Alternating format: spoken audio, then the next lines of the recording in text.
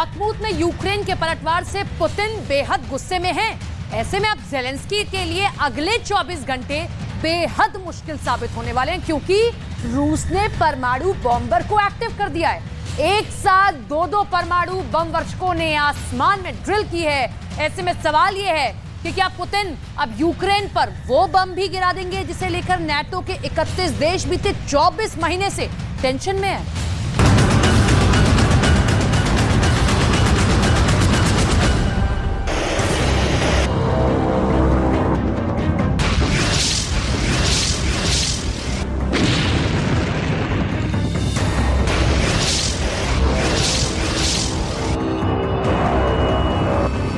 Zelensky ने Kremlin वाली गलती फिर की तो उनके खैर नहीं।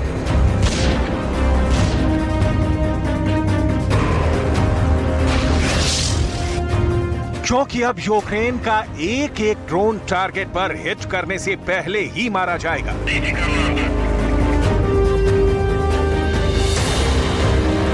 ज़ेलेंस्की ने फिर से पुतिन को निशाना बनाने की गुस्ताखी की तो अब की बार तबाही बहुत भीषण होगी।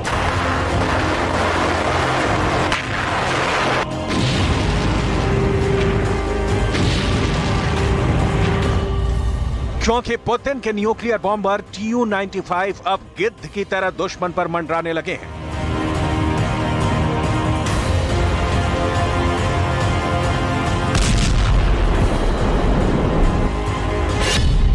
क्राइमिया को छोड़ दें तो रूस के अंदर यूक्रेन का हर ड्रोन हमला नाकाम हुआ है। पुतिन की सेना ने हर बार ज़ेलेंस्की के ड्रोन को आसमान में ही मार गिराया है। ऐसा एक या दो बार नहीं, बार बार हो चुका है। रूस में पुतिन ने कैसे और कहां खतरनाक एंटी ड्रोन यूनिट तैनात की है, आपको आके दिखाएंगे। यूक्रेन का वजूद मिटाने के लिए कैसे अब रूस के परमाणु बॉम्बर डरावनी उड़ान भर रहे हैं, आपको वो भी दिखाएंगे।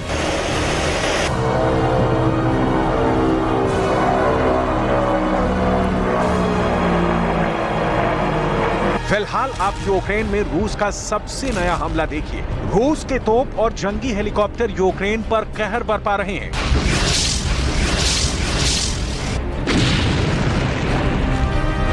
तोप से निकलते शोले और जंगी हेलीकॉप्टर से बरसते बारूदी गोले ज़ेलेंस्की पर पुतिन के क्रोध के सबसे नए सबूत हैं।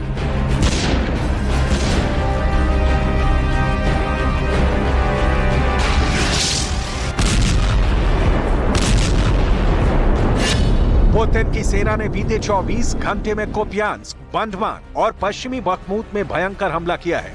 यहां मौजूद यूक्रेन के मिलिट्री ठिकानों को तबाह कर दिया है।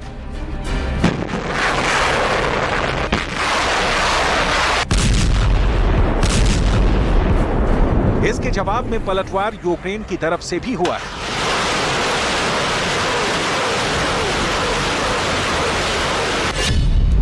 सोलेदार की ओर करीब 95 किलोमीटर की फ्रंट लाइन पर ज़ेलेंस्की की सेना ने पुतिन की आर्मी पर सीधा वार किया, लेकिन रूस की ताकतवर सेना ने यूक्रेन के हर हमले को नाकाम कर दिया।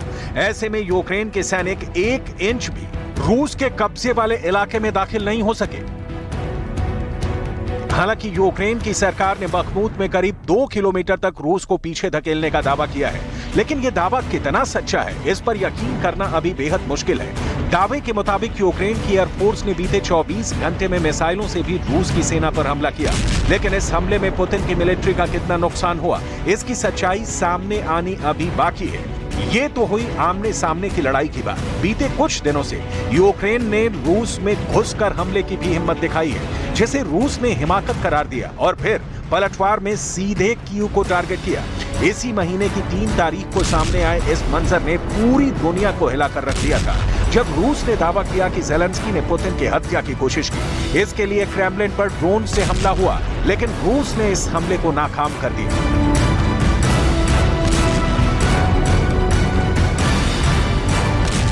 इसके बाद रूस ने डंके की चोट पर आरोप लगाया कि इस साजिश में यूक्रेन के साथ अमेरिका भी शामिल था। हालांकि यूक्रेन और अमेरिका दोनों ने ही इस तरह की किसी साजिश में शामिल होने से इनकार कर दिया।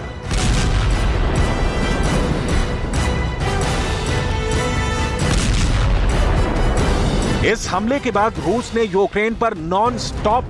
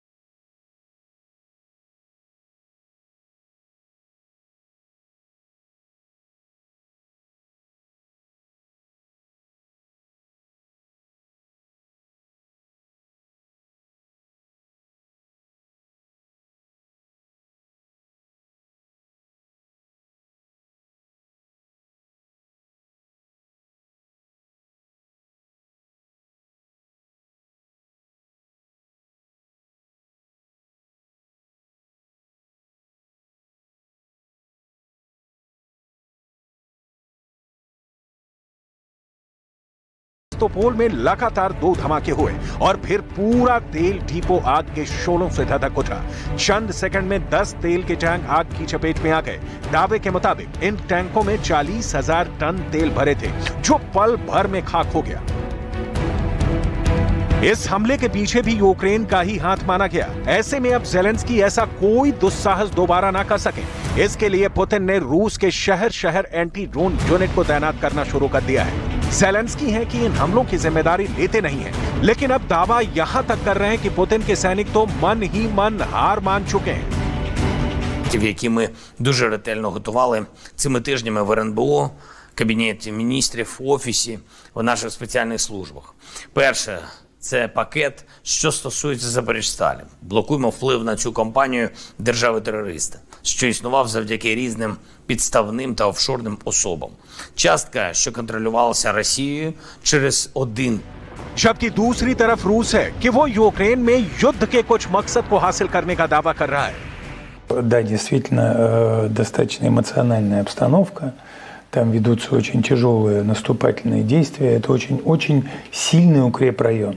Очень сильный укрепрайон, и там сосредоточена огромная группировка вооруженных сил Украины, которая постоянно получает подпитку, в том числе и иностранной техникой, иностранными बोयेप्रिपासами. सवाल उठता है कि रूस का यूक्रेन पर हमले का कौन सा मकसद पूरा हो चुका है और कौन सा मकसद पूरा होना अभी बाकी है। क्या पुतिन नाटो के करीब जाने की सजा के तौर पर यूक्रेन को खंड खंड करना चाहते हैं, या फिर उनका मकसद सोवियत संघ के इस पूर्व हिस्से के वजूद को ही पूरी तरह मिटाना है। इसे लेकर कुछ भी कहना अभी जल्दबाजी होगी।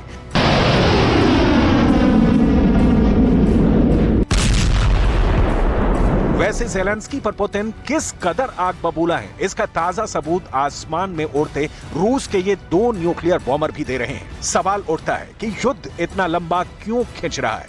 क्या रूस जानबूझकर धीमी रफ्तार में हमलों को अंजाम दे रहा है? इसे लेकर अब रूस की तरफ से पहली बार बयान भी सामने आया है। Это очень сложная операция. И, конечно, за год достигнуты определенные цели. С самого начала, еще 24 февраля прошлого года, президент России говорил о том, что в первую очередь нужно обеспечить безопасность людей, которые живут на Донбассе. पुतिन का मैसेज लाउड एंड क्लियर है। यूक्रेन में तबाही का दौर थम सकता है अगर ज़ेलेंस्की नाटो में शामिल होने की ख्वाहिश छोड़ दें और यूरोपीय यूनियन से दूर हो जाएं। लेकिन पुतिन की यह चाहत अगर ज़ेलेंस्की पूरी कर देते तो जंग 14 महीने बाद भी जारी ही क्यों रहती। ऐसे में जब ज़ेलेंस्की अपनी जिद से पीछे नहीं हटेंगे तो हार से नफरत करने वाले पुतिन क्या कर गुजरेंगे, इसका एहसास उनके दुश्मनों को भी है।